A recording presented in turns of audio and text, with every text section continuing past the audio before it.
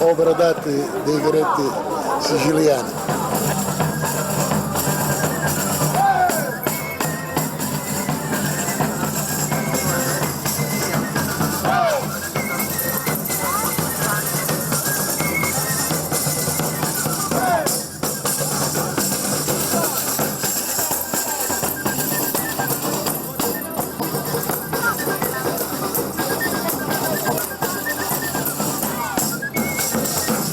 Torniamo a parlare della candidatura a patrimonio dell'umanità del carretto siciliano.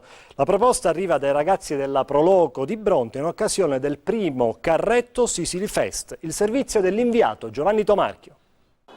È una vera icona del folklore dell'isola, uno dei simboli più rappresentativi della Sicilia nel mondo, un'autentica opera d'arte, il carretto siciliano.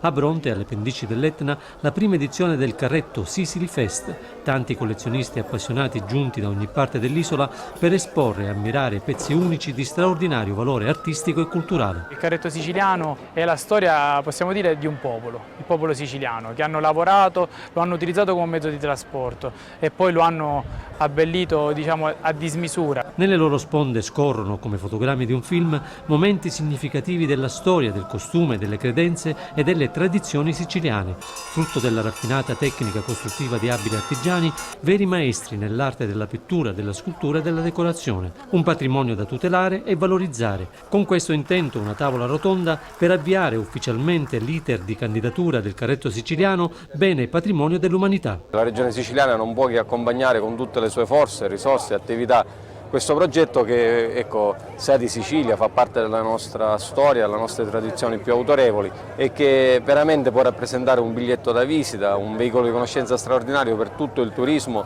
della regione siciliana. Da quelle 3 sere polverose dunque al blasonato mondo UNESCO, un obiettivo ambizioso, non facile, ma le condizioni ci sono tutte.